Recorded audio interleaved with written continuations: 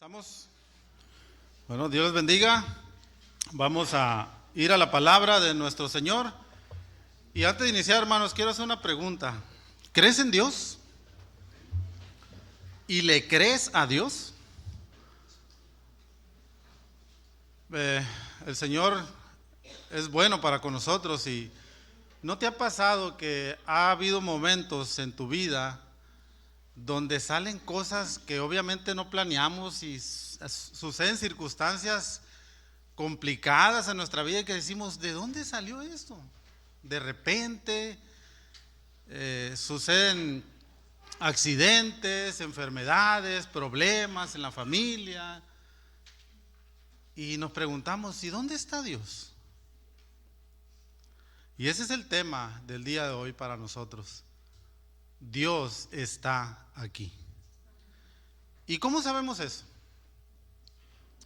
¿Cómo lo sabemos y cómo lo creemos? Porque su palabra lo dice. Y el Señor nos ha dado el don de la fe para creer en eso. Y gloria a Dios por eso. Le voy a pedir, hermanos, que abramos nuestras Biblias en el libro de Esther. En el libro de Esther para ver lo que el Señor tiene preparado para nosotros en esta mañana. Vamos a ver todo el libro, pero vamos a verlo de una manera general, un resumen, hablando del tema, y ahí lo tienen. Si me ayudas, Josué, por favor, ahí con la imagen. Ese es el título del mensaje del día de hoy: Dios está aquí.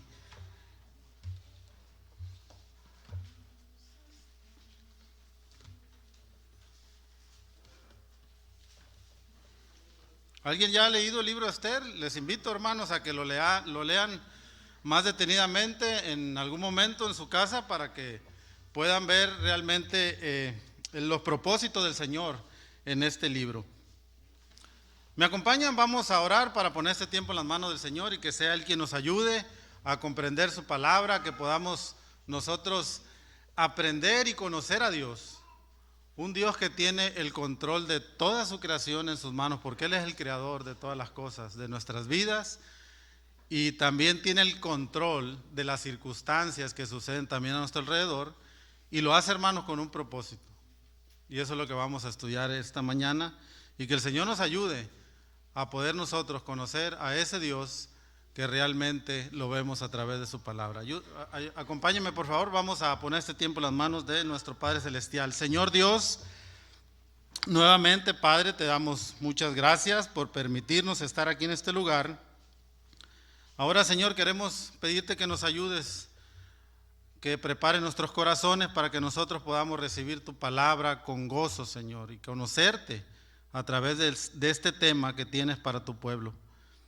Te pedimos, Padre, por cada uno de los que estamos aquí, que seas con nosotros y que nosotros podamos ser sensibles a tu palabra. En el nombre de Cristo Jesús te lo pedimos. Amén. Hermanos, entonces, ese tema, Dios está aquí. Dios estuvo en el año 2024 que acabamos de terminar. Sí. Y la verdad que, como comentábamos ahorita, ¿no? Pero Dios estuvo también en esos momentos difíciles y complicados, circunstancias complicadas en nuestra vida. Y aun cuando podemos llegar a pensar que ¿dónde está Dios en esta circunstancia que yo estoy viviendo? ¿Dónde está Dios ahí? Bueno, hermanos, el Evangelio de Mateo, capítulo 28, versículo 20, las últimas palabras que registra el evangelista Mateo de Cristo, y ahí lo tienen, y dice él: he aquí, yo estoy con vosotros todos los días hasta el fin del mundo. Amén. Esas son las palabras que registra el Evangelio de Mateo. Y ahí tienen la imagen, ¿no? Y el título para esta mañana. Y si se dan cuenta, allá al fondo hay unas imágenes, unas pisadas en la arena, ¿no? Si lo notan, si lo alcanzan a ver. Bueno, quiero leer brevemente una reflexión de un autor desconocido, que a lo mejor muchos ya lo leyeron, pero lo quiero leer. Dice así: una noche, dice él, tuve un sueño. Soñé que estaba caminando por la playa con el Señor y a través del cielo pasaban escenas de mi vida. Por cada escena que pasaba, percibí que quedaban dos pares de pisadas en la arena. Unas eran las mías y las otras del Señor. Por cada escena que pasaba, percibí que quedaban dos pisadas, dice el autor ahí. Pero cuando la última escena pasó delante nuestro, miré hacia atrás, hacia las pisadas en la arena, y noté que muchas veces en el camino de mi vida quedaban solo un par de pisadas en la arena. Noté también que eso sucedía en los momentos más difíciles de mi vida. Eso realmente, dice el autor, me perturbó y pregunté entonces al Señor: tú me dijiste cuando resolví seguirte que andarías conmigo a lo largo del camino, pero durante los peores momentos de mi vida había en la arena solo un par de pisadas. No comprendo por qué tú me dejaste en las horas en que yo más te necesitaba. Entonces él, clavando en mí su mirada infinita, me contestó: mi querido hijo, yo te he amado y jamás te abandonaría en los momentos más difíciles. Cuando viste en la arena solo un par de pisadas, fue allí donde yo te cargué en mis brazos. Y eso nos lleva al tema: Dios está aquí. Y el Señor Jesucristo había dicho una verdad: estoy con ustedes todos los días hasta el fin del mundo. Entonces, hermanos, el libro de Esther realmente nos va a mostrar claramente cómo Dios está trabajando, cómo Dios lleva a cabo exactamente todos sus planes, sus propósitos, aun cuando parece o llegáramos a pensar que no lo está haciendo, pero Dios, hermanos, está ahí. Y este libro lo hace más interesante todavía porque el nombre de Dios no lo vemos en este libro. No vamos a ver el nombre de Dios en este libro. Ni una sola vez lo registra este libro de Esther. Pero eso no significa que Dios no esté ahí. Así que acompáñenme, por favor. Vamos a ver brevemente un panorama, no un panorama, sino basado al tema, y quiero ver realmente el tema principal de lo que vamos a ver en esta mañana, que es la providencia de Dios. Ese es el tema central de este libro y nos va a mostrar muy claramente, aunque no vemos el nombre de Dios ahí, vamos a ver que Dios está ahí en todas las circunstancias, inclusive cómo el pueblo iba a ser destruido o quería ser destruido por un hombre llamado Amán, enemigo de los judíos, lo registra la Escritura. Así que acompáñenme, por favor. Quiero ver 3 puntos. La reina Vasti se rebela contra el rey y Esther toma el lugar de Vasti también ahí, pero el tema principal, vamos a ver ya al final del libro, el plan malvado de Amán contra el pueblo de Dios, pero el tema principal es la providencia de Dios. Y esos 4 puntos quiero ver en esta mañana. Si me acompañan, por favor, vayamos allá al libro de Esther y acompáñenme, hermanos, a la historia. Ahí con su vista, por favor, vamos a ir mirándola y cómo el Señor nos va mostrando este tema importante. Número 1, la reina Vasti se rebela contra el rey. Ahora, vamos a ver el escenario. El escenario, cómo sucede esta situación, cómo empieza la historia en este libro. Vamos a leer versículo del 1 al 5 y leemos, sigan con su vista, por favor. Dice que aconteció en los días de Asuero o Jerjes, que es el mismo nombre. Dice, el Asuero que reinó desde la India hasta Etiopía sobre 127 provincias, que en aquellos días, cuando fue afirmado el rey Asuero sobre el trono de su reino, el cual estaba en Susa, capital del reino, en el 3er año de su reinado, hizo banquete a todos los príncipes y cortesanos, teniendo delante de él a los más poderosos de Persia y de Media, gobernadores y príncipes de provincia. ¿Para qué? ¿Cuál era el propósito? Para mostrar las riquezas de la gloria de su reino, el brillo y la magnificencia de su poder por muchos días. ¿Cuántos? 180 días. Y cumplidos estos días, hizo el rey otro banquete por 7 días en el patio del huerto del palacio real a todo el pueblo que había en Susa, capital del reino, desde el mayor hasta el menor. Y en el versículo 9 al 11 vemos también, dice, asimismo la reina Vasti hizo banquete para las mujeres en la casa real del rey Asuero. El séptimo día, estando el corazón del rey alegre del vino, mandó a 7 eunucos, dice ahí, que servían delante del rey Asuero, que trajesen a la reina Vasti a la presencia del rey con la corona regia para mostrar a los pueblos y a los príncipes su belleza, porque era hermosa.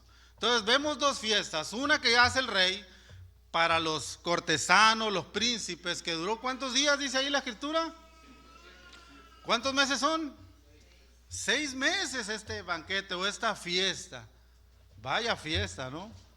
Pero vemos que después de eso, cumplidos esos días, él hace otro banquete para el pueblo por 7 días. ¿Verdad? Entonces vemos aquí el escenario, pero por otro lado, la reina también hace otro banquete, pero ella invita solamente a las mujeres, ¿no? Lo vemos ahí. Entonces, el versículo 12, ¿qué sucedió, hermanos?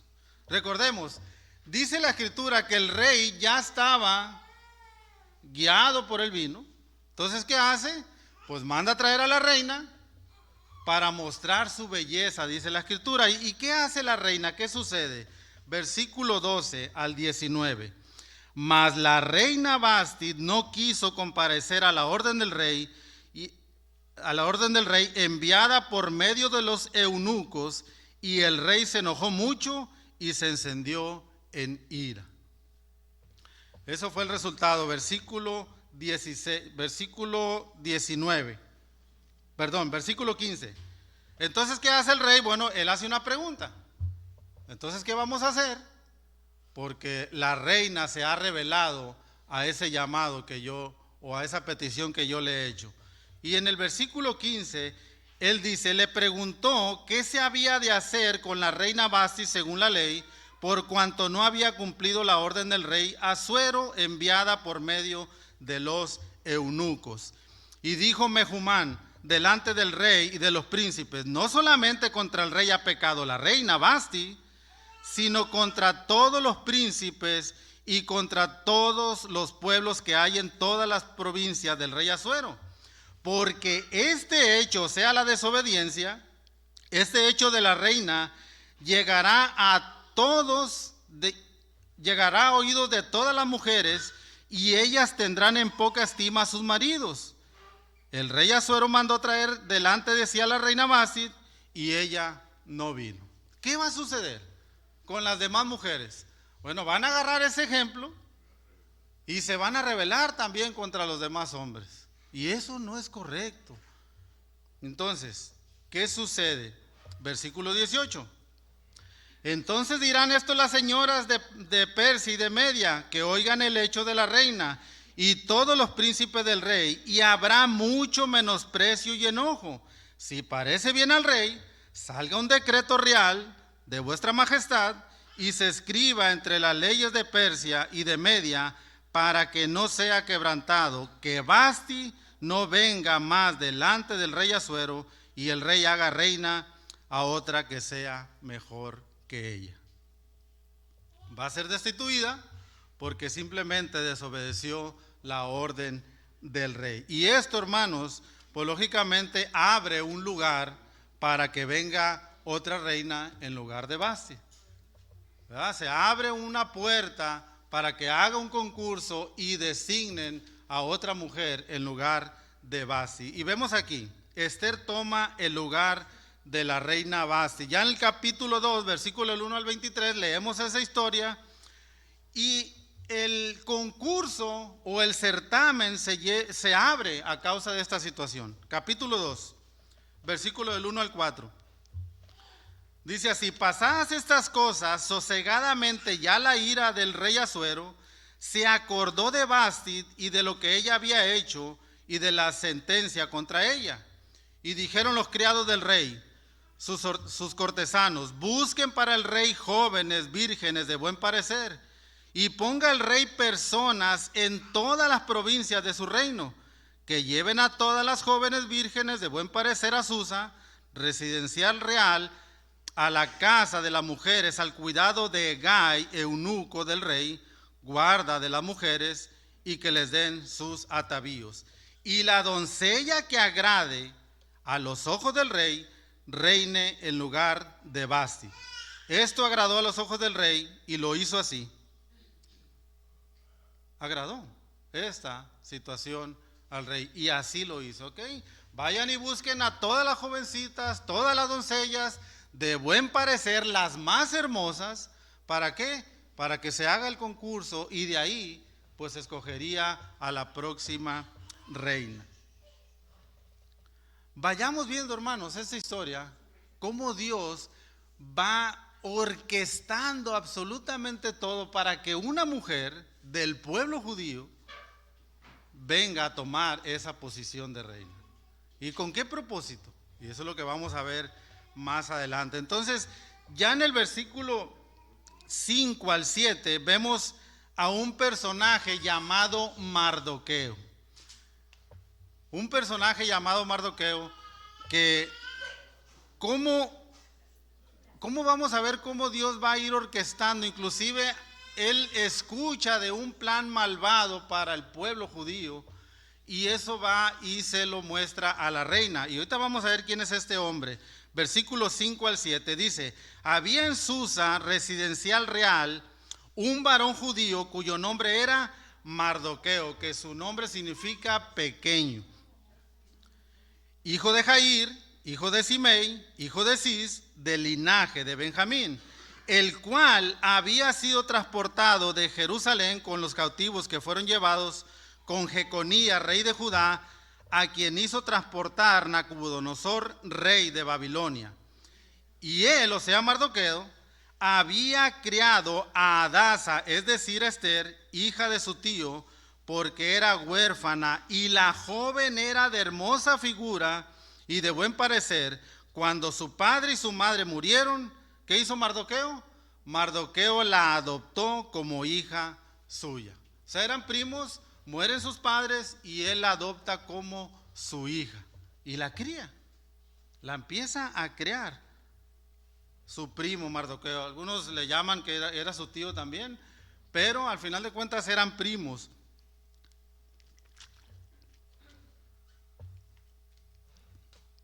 Acompáñenme, hermanos, versículo 10. Vemos cómo ella era obediente. Hadasa, que era su nombre hebreo, pero Esther, para que nosotros podamos identificarla mejor, dice que en el versículo 10 del capítulo 2, Esther no declaró cuál era su pueblo, ni su parentela. ¿Por qué? Porque Mardoqueo le había mandado que no lo declarase. ¿Sabes qué, Esther? No declares cuál es tu pueblo, no declares que eres judía, tenlo ahí reservadamente. Y ella era obediente a su primo. Vean lo que dice el versículo 20 del mismo capítulo 2. Y Esther, según le había mandado Mardoqueo, que no había declarado su nación ni su pueblo, porque Esther hacía lo que decía Mardoqueo, como cuando él la educaba. O sea, ella era obediente. Lo que Mardoqueo le ordenaba y le enseñaba, ella obedecía, ¿no? Eso es lo que nos muestra ahí la escritura. Ahora, ¿cuánto duraba la preparación de las doncellas para el concurso? Eso nos lleva al versículo 12. Cuando llegaba el tiempo de cada una de las doncellas para venir al rey Asuero, después de haber estado 12 meses conforme a la ley acerca de las mujeres, pues así se cumplía el tiempo de sus atavíos. Esto es, 6 meses con oleo de mirra y 6 meses con perfumes aromáticos y afeites de mujeres. Eso duraba la preparación, 1 año completamente, para después presentarse ante el rey. Dice en el versículo 15 al 17, en los versículos anteriores, se hace el concurso, empiezan las jovencitas a desfilar y presentarse delante del rey, pero cuando le llega el turno a Esther, se acaba automáticamente el concurso. Versículo 15 al 17, dice la escritura: cuando le llegó a Esther, hija de Abihail, tío de Mardoqueo, quien le había tomado por hija el tiempo de venir al rey, ninguna cosa procuró sino lo que le dijo Hegai, eunuco del rey, guarda de las mujeres, y ganaba Esther el favor de todos los que la veían. Recordemos que era de hermosa figura, de buen parecer. Y dice el versículo 16, fue pues Esther llevada al rey Asuero a su casa real en el mes 10, que es el mes de Tebet, en el año 7 de su reinado. Verso 17, hermanos. Y el rey amó a Esther más que a todas las otras mujeres, y halló ella gracia y benevolencia delante de él más que todas las demás vírgenes, y puso la corona real en su cabeza y la hizo reina en lugar de Vasti. Así fue como Esther tomó la posición de reina. Pero la historia no termina ahí. Ya en el versículo 19 al 23, Mardoqueo hace una denuncia en contra de dos eunucos que estaban planeando poner mano en contra del rey. Mardoqueo tenía, y lo vamos a ir viendo, ¿no? Él tenía la costumbre, para poder nosotros entender, de sentarse a las afueras del palacio.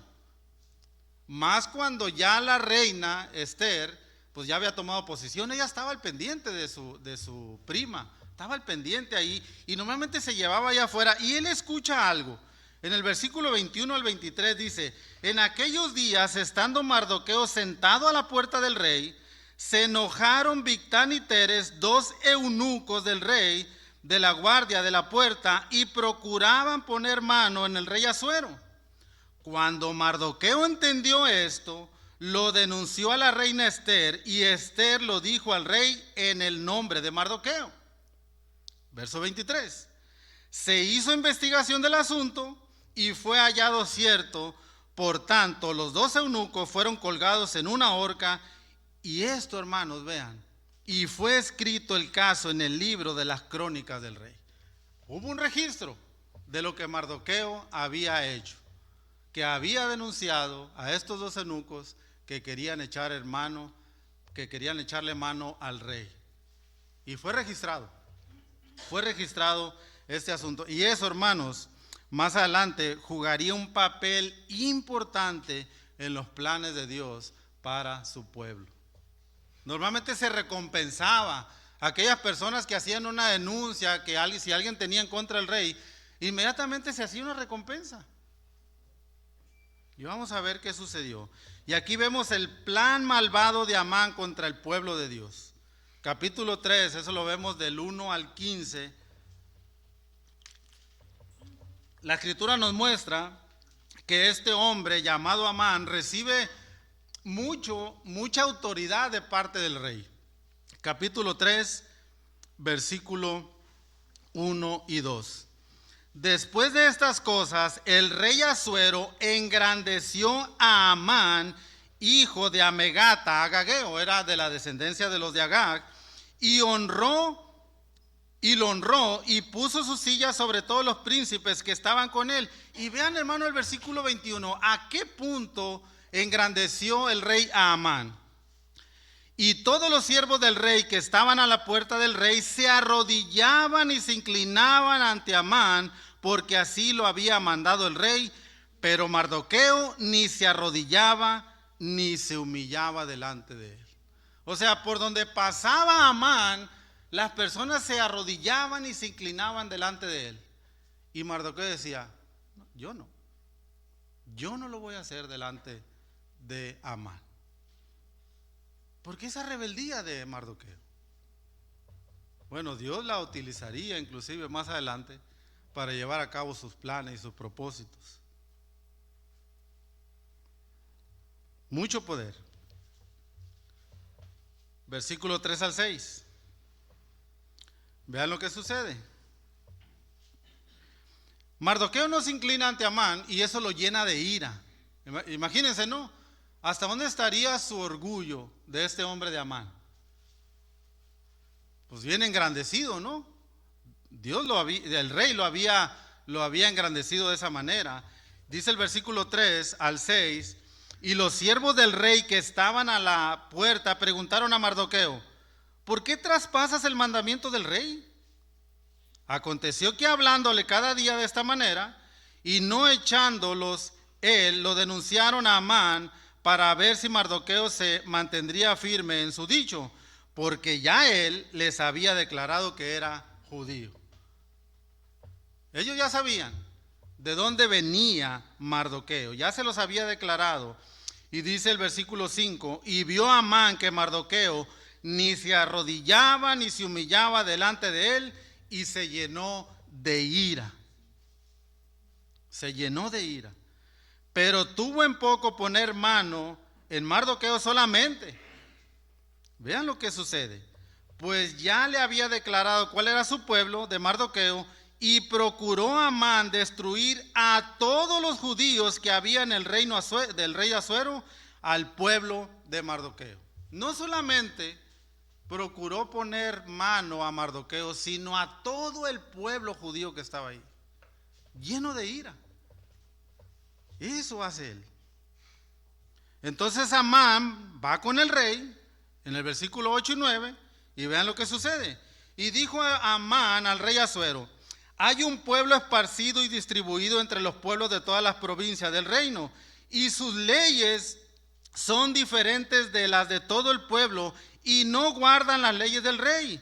Y al rey nada le beneficia dejarlos vivos. Nada le beneficia dejarlos vivir. Si place al rey, decrete que sean destruidos, y yo pesaré 10,000 talentos de plata a los que manejan la hacienda para que sean traídos a los tesoros del rey. Yo voy a pagar un dinero para que pase esta propuesta, que sean destruidos todos los judíos que hay aquí en el reino. ¿Y qué sucede?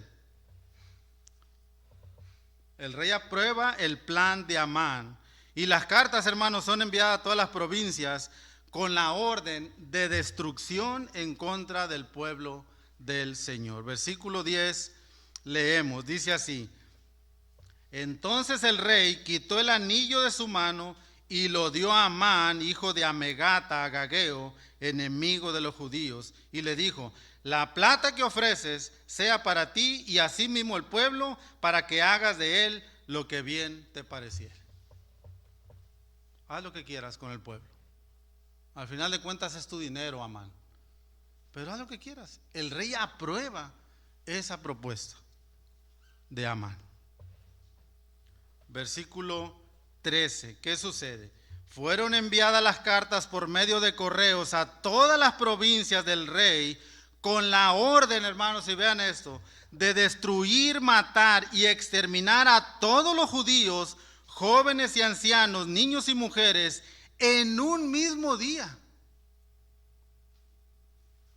En un mismo día, en el día 13 del mes deudécimo. Que todos sean eliminados en un solo día.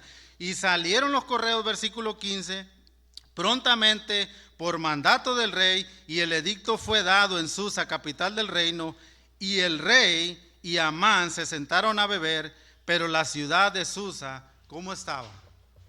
Conmovida por esa noticia, por ese decreto. Imagínense el ambiente que se respiraba ahí por esa noticia. Complicada para el pueblo. Ya no había marcha atrás, humanamente hablando, ¿no? Ya no había. El decreto del rey no se podía revocar, no se podía echar atrás. La pregunta, hermano, hasta aquí: ¿qué va a suceder con el pueblo de Dios? ¿Qué va a suceder con el pueblo judío? ¿Quién le podrá hacer frente a un hombre llamado Amán, enemigo de los judíos, que el mismo rey lo había engrandecido de tal manera? ¿Quién le podrá poner un dedo a este hombre? O un alto.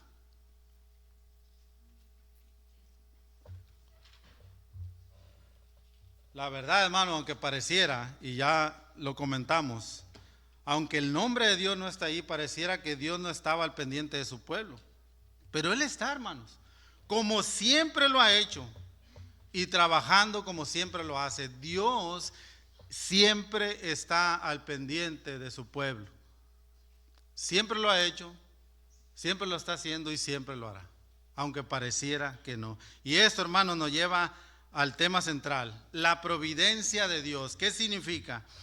Que Dios, hermanos, como Él es el creador, Él supervisa todas las cosas y las dirige y las gobierna. Aunque hay gobierno realmente en el mundo, pero Dios es el mismo que permite que estén. Pero el que gobierna es Dios mismo. Él es el creador de todas las cosas. Dios, el gran creador de todo, sostiene, dirige, dispone y gobierna a todas sus criaturas. Todo, absolutamente todo. Y no nada más las criaturas, sino las acciones y cosas, desde las más grandes, hermano, hasta las más pequeñas. Aunque parecieran cosas que Dios tendrá control de esta circunstancia, aunque para mí sea tan pequeña, sí, absolutamente todo. Él es bueno y sabio y se hace su santa voluntad. De hecho, el Salmo 33, versículos 13 y 15 dice: desde los cielos miró Jehová y vio a todos los hijos de los hombres. Él formó el corazón de todos ellos. Atento está a todas sus obras. Dios es el que gobierna. Dios es el que está atento a todas las obras que el ser humano hace. Ahí está. Él es el creador de todo. Y hasta aquí, hermanos, vemos que todo va en contra del pueblo de Dios. El decreto, las cartas fueron enviadas de eliminar en un mismo día al pueblo de Israel, al pueblo judío que estaba ahí. Capítulo 4 al 10. Vamos a ver un resumen. ¿Cómo termina esta historia, hermanos? Capítulo 4, pero vamos a ver versículo 1 al 3. Pues Mardoqueo se entera, ¿no?, del decreto, y dice el versículo 1 al 3, luego que supo Mardoqueo todo lo que se había hecho, ¿qué hace? Rasgó sus vestidos, se vistió de cilicio y de ceniza, y se fue por toda la ciudad, clamando con grande y amargo clamor, y vino hasta delante de la puerta del rey, pues no era lícito pasar adentro de la puerta del rey con vestido de cilicio.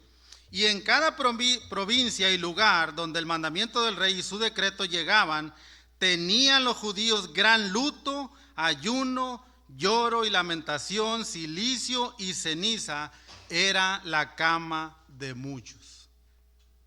Wow. Tristeza, lloro, clamor, porque ya sabían lo que iba a pasar con ellos.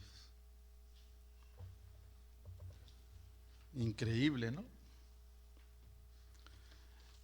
Entonces, ¿qué hace Esther? Pues se da cuenta que su primo estaba afuera y Esther le manda vestidos para que se cambie, porque no era permitido que alguien entrara vestido así delante del rey, y más si no era llamado. Y le manda vestidos, y Mardoqueo dice: no, yo no me los voy a quitar. Estamos en tristeza, estamos en luto. Va a haber mortandad, yo no lo voy a hacer. ¿Y qué sucede, hermanos? Él no acepta. Versículo 4 dice: y vinieron las doncellas de Esther y sus eunucos y se lo dijeron. Entonces la reina tuvo gran dolor y envió vestidos para hacer vestir a Mardoqueo y hacerle quitar el cilicio, mas él no lo acepta. No, dice: yo no me voy a quitar esta ropa. Estamos mostrando que estamos de luto por la mortandad que habrá. Luego hay un eunuco que sirve de mensajero, Esther adentro y Mardoqueo afuera, y empiezan a mandarse mensajes. Bueno, dile a Esther esto, y ven lo que sucede. Versículo 7 dice: y Mardoqueo le declaró, o sea, le manda a decir a Esther todo lo que le había acontecido. y le dio la noticia de la plata, o sea, del dinero que Amán había dicho que pesaría para los tesoros del rey a cambio de la destrucción de los judíos. Entonces le manda a hacer saber lo que está sucediendo. Amán pagó dinero para la destrucción. Así sucedieron las cosas, Esther. Y Mardoqueo, más adelante, vamos a ver qué es lo que hace y qué es lo que le dice. Hay unas palabras claves ahí que él le manda a decir a Esther. Pero vean el versículo 11. Todos los siervos del rey, le dice Esther, y los pueblos de las provincias del rey saben que cualquier hombre o mujer que entra en el patio interior para ver al rey sin ser llamado, una sola hay respecto a él. Ha de morir, salvo aquel a quien el rey extendiera el cetro de oro, el cual vivirá, y yo no he sido llamada para ver al rey en estos 30 días. Hay un problema, Mardoqueo. No he sido llamada por el rey y no puedo entrar así. Y además hace un mes que no me manda a buscar. Es complicado entrar así. No puedo hacerlo. Es difícil, porque hay una ley. Cualquiera que entre sin ser llamada por el rey ha de morir. Es complicado. La respuesta de Mardoqueo, versículo 13 al 14, y dice: entonces dijo Mardoqueo que respondiesen a Esther: no pienses que escaparás en la casa del rey más que cualquier otro judío, porque si callas absolutamente en este tiempo, respiro y liberación vendrá de alguna otra parte para los judíos, mas tú y la casa de tu padre pereceréis. Y vean, hermanos, y quién sabe si para esta hora has llegado al reino. Hermano, yo no sé, la lucha que haya tenido Mardoqueo, podemos conjeturar o meditar, sentado él, vestido de esa manera, con el dolor que había a causa del decreto, y él pensando, pero ¿para qué Dios la puso en ese lugar? Esther, ¿para qué estás ahí? ¿Será casualidad que hayas llegado a ser reina? ¿Para qué estás ahí? Y quién sabe, Esther, si para esta hora has llegado a ser reina, para que intercedas por el pueblo ante el rey y que el pueblo no muera, sino que viva. Yo no sé. Y aquí podemos hacer una pregunta, hermanos. ¿Para qué Dios te puso en el lugar donde estás? ¿Para qué Dios te puso en ese trabajo donde Dios te acaba de dar? ¿Para qué Dios te puso en esa familia? ¿Para qué Dios te puso en esta iglesia?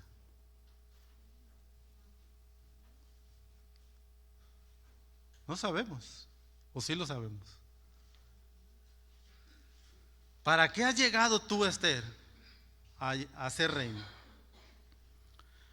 Hermanos, ¿qué es lo que está en peligro aquí? ¿Será que solamente una nación o el pueblo de Israel? ¿Solamente será que está en peligro esto, de que iba a desaparecer el pueblo judío de ese lugar? Hermanos, lo que está en peligro aquí no solamente el pueblo, una nación, sino la descendencia de donde vendría el Mesías, de donde vendría el Cristo. Y eso es lo que está en juego ahí también. El Hijo de Dios. Y esto, hermano, va mucho más allá de guardar o proteger solamente una nación. Pero Dios, hermano, definitivamente no lo iba a permitir. Vemos aquí, hermanos, en este libro cómo Dios está en control absolutamente de todo y cómo desaparece ese plan malvado de Amán, enemigo de los judíos. Luego ya en el capítulo 5, Esther prepara un banquete, invita al rey y a Amán, y el rey acepta. Versículo 4 y 5 del capítulo 5, y Esther dijo: si le place al rey, vengan hoy el rey y Amán al banquete que he preparado para el rey. Ya entonces Esther empieza a hacer su trabajo, porque inducida por Mardoqueo, bueno, ¿para qué te puso el Señor ahí? algo vas a hacer. Versículo 5. Respondió el rey: daos prisa, llamad a Amán para hacer lo que Ester ha dicho. Vino pues el rey con Amán al banquete que Ester había dispuesto o dispuso. ¿Pero qué hace Amán? Bueno, Amán sale contento por la invitación. Eso lo vemos en los versículos más adelante. Luego, él se va a su casa, reúne a sus amigos, reúne a su esposa y les cuenta lo que había sucedido. Eso lo vemos en el versículo 9. Y salió Amán aquel día contento y alegre de corazón, pero cuando vio a Mardoqueo a la puerta del palacio del rey, que no se levantaba ni se movía de su lugar, nuevamente se llenó de ira contra Mardoqueo. Nuevamente. Y él va a su casa y se los cuenta. ¿Y saben qué le sugieren sus amigos y la esposa?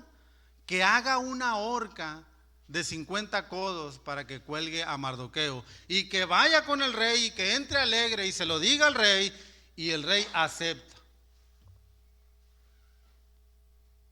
Verso 14.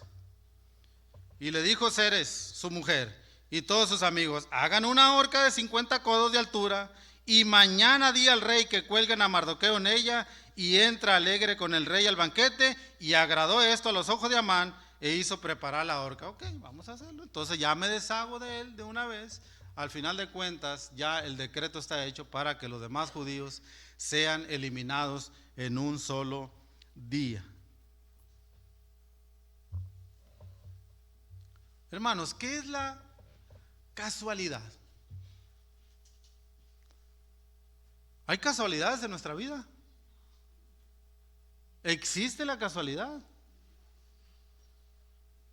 ¿Cómo lo podemos saber? Hay causalidades, que es diferente, ¿no? Dios, al final de cuentas, permite muchas cosas en nuestra vida por una causa o con algún propósito para nosotros. Esa es causalidad de Dios. No hay casualidades. Y lo vamos a ver ya aquí en el capítulo 6. Todo sucede, hermanos, por una causa que solamente Dios sabe. ¿Saben por qué? Porque los planes de Dios son perfectos y se llevan a cabo. Los planes de Dios son perfectos, aunque pareciera que todo va en contra de nosotros a veces, ¿no? A veces nosotros planeamos y planificamos y no salen las cosas como quisiéramos. Pero Dios tiene el control de todo. Capítulo 6, y aquí ya entramos en materia, versículo 1 y 2. Vean lo que sucede. Aquella misma noche se le fue el sueño al rey. Va y se acuesta el rey y se le va el sueño, dice la escritura. ¿Y saben qué hace el rey? Él dice, ok. Él dijo que le trajesen el libro de las memorias y crónicas y que se las leyeran en su presencia. ¿Saben qué? Pues traigan los libros de la historia del reino y léanmelas. A ver qué. Pues porque no tengo sueño, ¿no? Casualidad que se le haya ido el sueño al rey. Vean lo que sucede el versículo 2.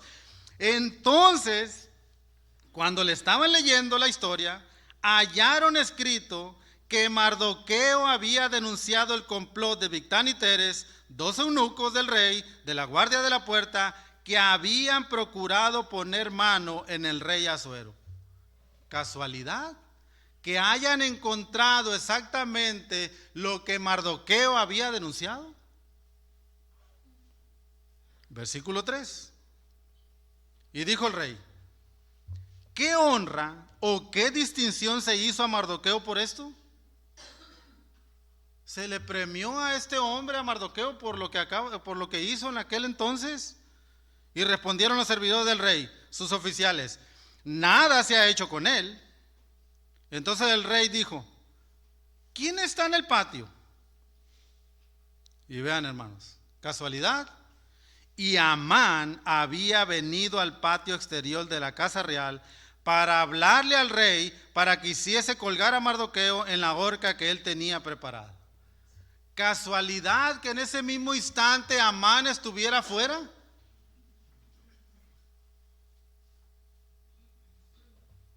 Versículo 5. Y los servidores del rey le respondieron: he aquí Amán está en el patio. Y el rey dijo, que entre. Entró pues Amán y el rey le dijo, vean la pregunta, ¿qué se hará al hombre cuya honra desea el rey? Y dijo Amán en su corazón, pues ¿a quién desearía el rey honrar más que a mí? ¿A quién desearía honrar el rey más que a mí si yo soy el que él mismo ha engrandecido? ¿A quién más? No hay otro. No hay otro hombre mejor que yo en este lugar. Entonces yo debo de recibir esa honra.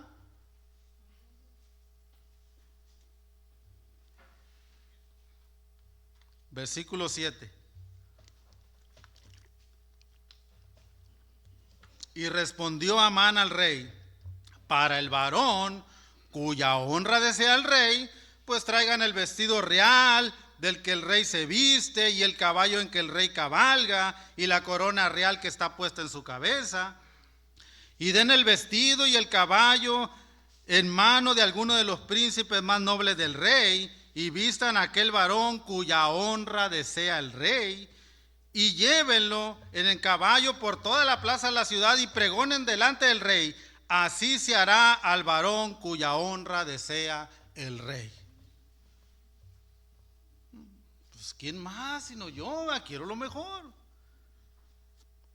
Vean, hermanos, el versículo 10. Entonces el rey dijo a Amán, date prisa, toma el vestido y el caballo, como tú lo has dicho, y hazlo así con el judío Mardoqueo que se sienta a la puerta real, y no omitas nada de todo lo que has dicho, Amán.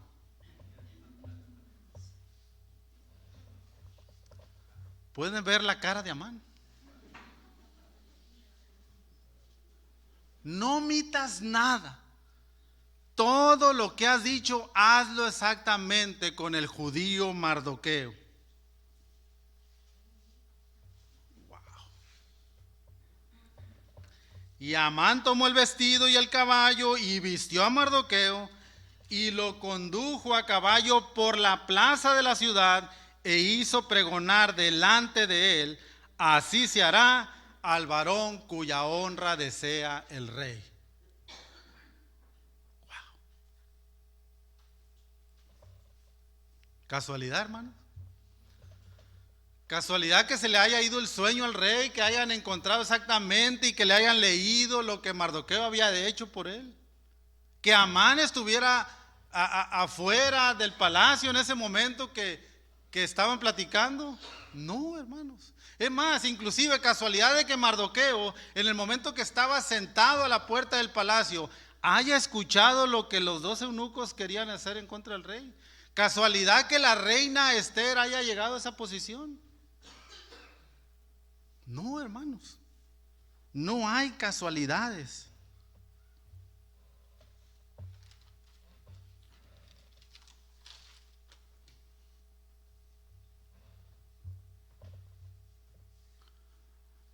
La verdad, hermanos, que Dios tiene el control absolutamente de todo, aunque no vemos el nombre de Dios en este libro. Y más adelante vemos qué sucede. En el capítulo 7, vemos qué sucede con esta historia.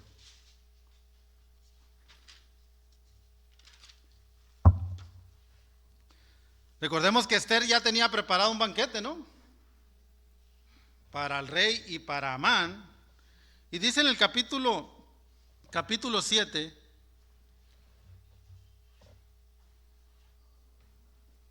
en el versículo 3, ya la reina con el rey le dice, oh rey, si he hallado gracia en tus ojos, y si al rey le place, séame dada mi vida por mi petición y mi pueblo por mi demanda. Porque hemos sido vendidos yo y mi pueblo para ser destruidos, para ser muertos y exterminados. Si para siervos y siervas fuéramos vendidos, me callaría, pero nuestra muerte sería para el rey un daño irreparable.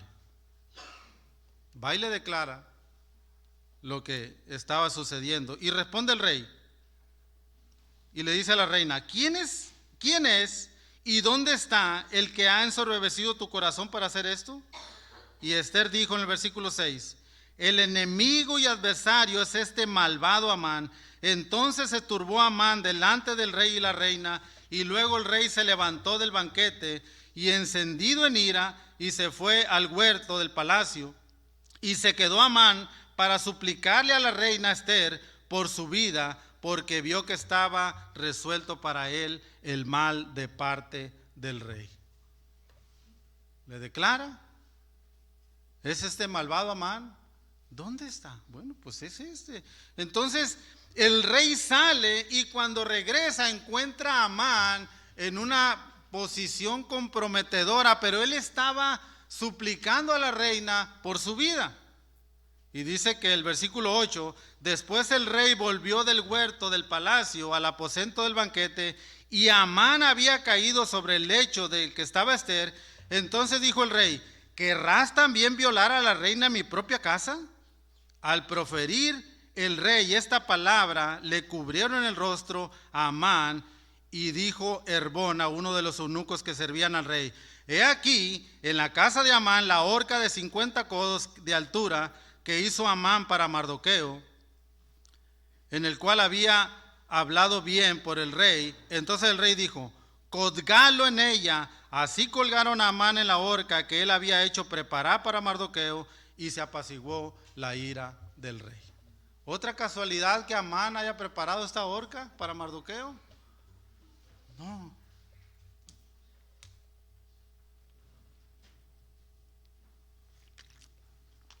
Hermanos, anteriormente cuando Amán lleva en este desfile a Mardoqueo, él regresa a su casa lleno de vergüenza y se lo dice a su mujer, y la mujer casi proféticamente le dice, si de la descendencia de los judíos es este Mardoqueo, delante de quien has comenzado a caer, no lo vencerás, sino que caerás por cierto delante de él. No lo vas a vencer. Si es de los judíos, no lo vencerás.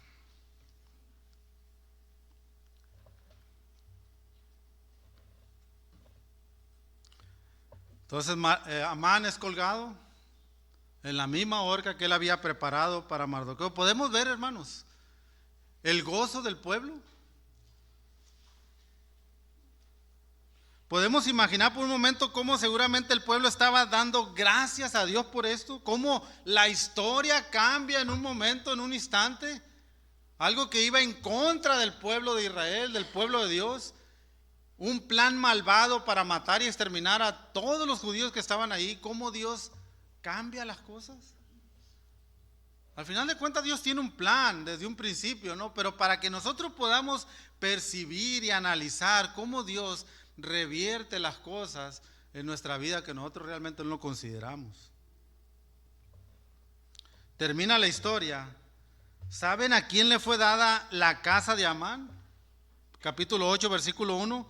El mismo día el rey Asuero dio a la reina Esther la casa de Amán, enemigo de los judíos. Y en el versículo 2 dice, y se quitó el rey el anillo que recogió Amán y se lo dio a Mardoqueo. Vean cómo las cosas cambiaron absolutamente en un instante.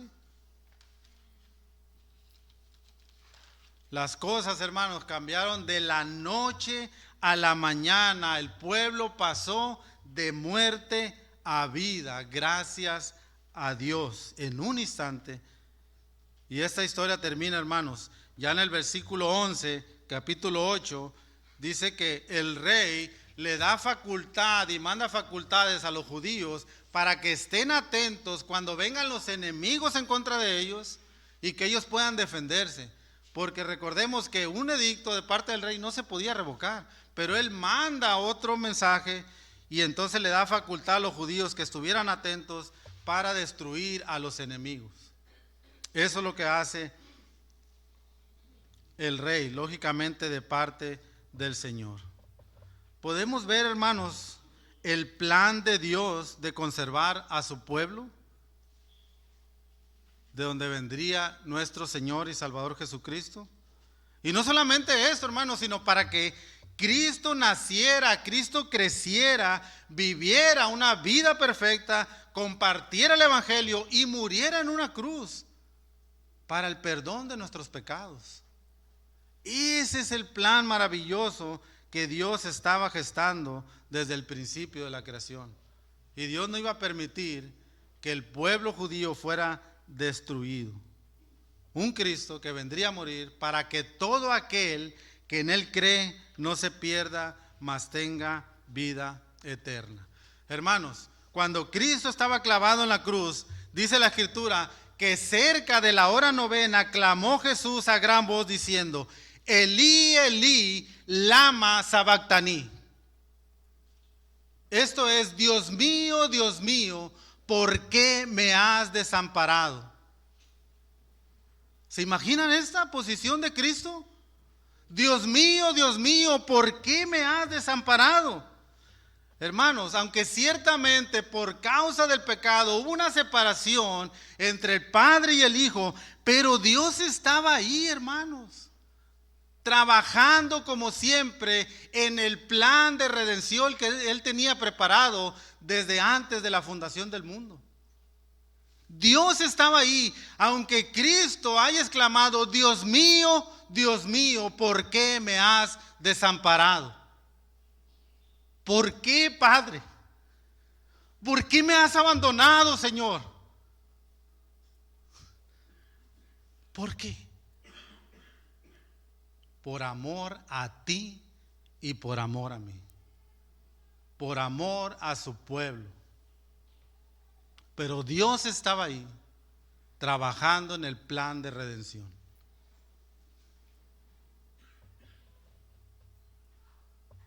Y gloria a Dios por eso. El enemigo tenía un plan para matar a Jesús, pero el enemigo no sabía que en esa cruz iba a ser vencido, porque era una promesa, hermanos, desde Génesis 3:15. Era una promesa de Dios. El enemigo no sabía, el diablo no sabía el plan redentor. Y le dio el golpe mortal en la cabeza. Aunque pareciera que para muchos Cristo fue derrotado en esa cruz, y no fue así. Él salió victorioso en ese plan maravilloso. Hermanos, ¿y qué para nosotros en esta historia?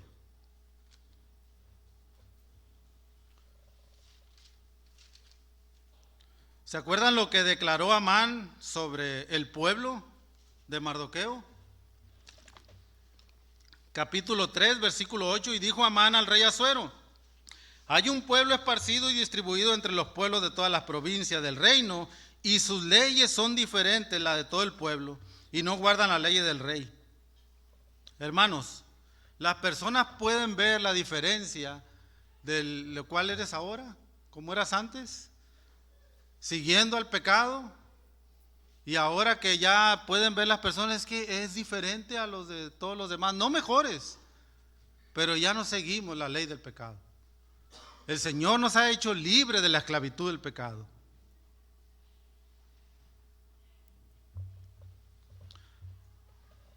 Podemos ver la providencia de Dios en todas las cosas que suceden en nuestra vida y en nuestro alrededor también. Hermanos, solamente ver un poquito y meditar del hecho de que se le haya ido el sueño a un rey.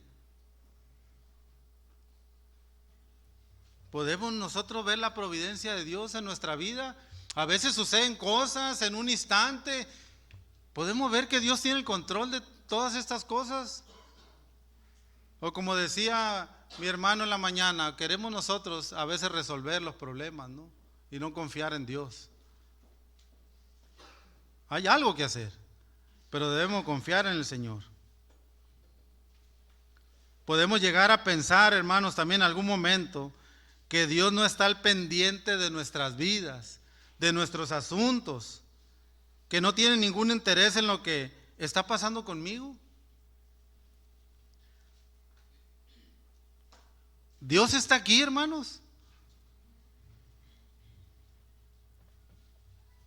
Dice la Escritura, Apocalipsis 4:10 y el capítulo 7, verso 10, que Dios, que Él está sentado en su trono.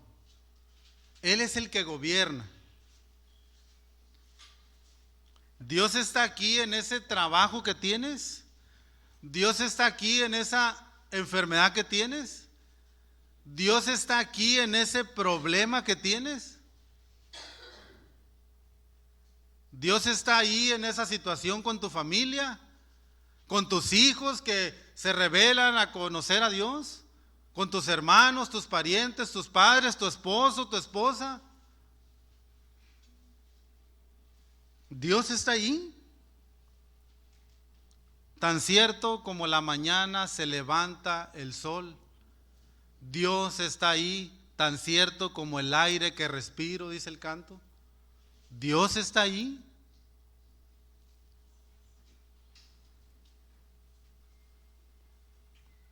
Palabras últimas de Cristo. He aquí, yo estoy con vosotros todos los días hasta el fin del mundo. Y se va. Imagínense los discípulos. Señor, nos acabas de decir que estarías con nosotros todos los días hasta el fin del mundo y te vas.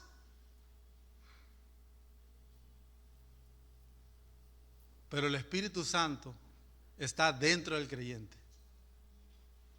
El Espíritu Santo mora dentro del creyente y a través del Espíritu Santo Dios ha cumplido su promesa que estaría con nosotros todos los días hasta el fin de los tiempos. Aún, hermano, aún tú que estás aquí, que pienses que Dios no está, Él está aquí.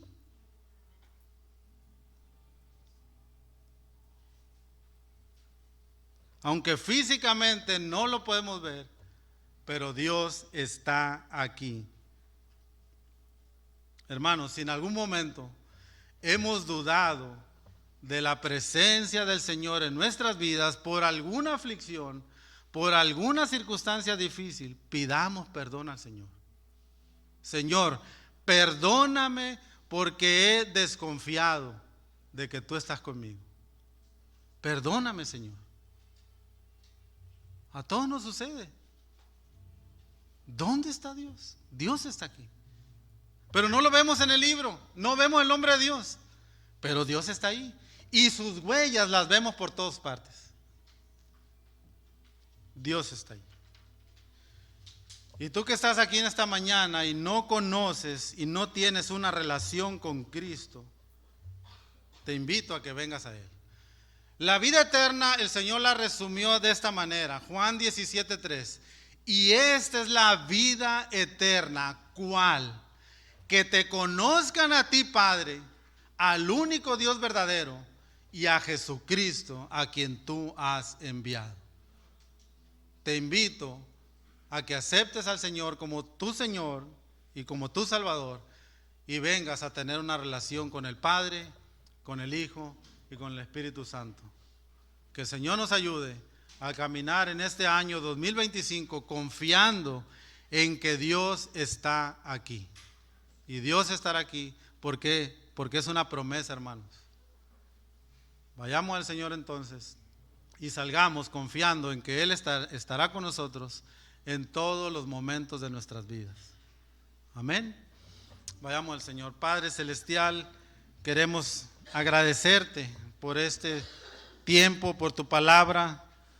Gracias, Señor, porque podemos confiar en tu promesa que estarías con nosotros siempre, Padre, todos los días. Y queremos pedirte perdón cuando hemos dudado de esa promesa, porque las mismas circunstancias a veces nos pueden llevar allí, Señor. Las mismas aflicciones, desesperos nos pueden llevar a que podamos dudar de que esa promesa es verdadera para nosotros. Queremos agradecerte, Padre, por tu gracia y por tu misericordia, por el año que pasó, por este año nos ponemos delante de ti, Padre, para que seas tú quien nos guíe en todo momento y que nosotros podamos caminar en este mundo confiando, Señor, en esa promesa. Porque te lo pedimos y te damos gracias en el nombre poderoso de tu Hijo amado Jesucristo. Amén.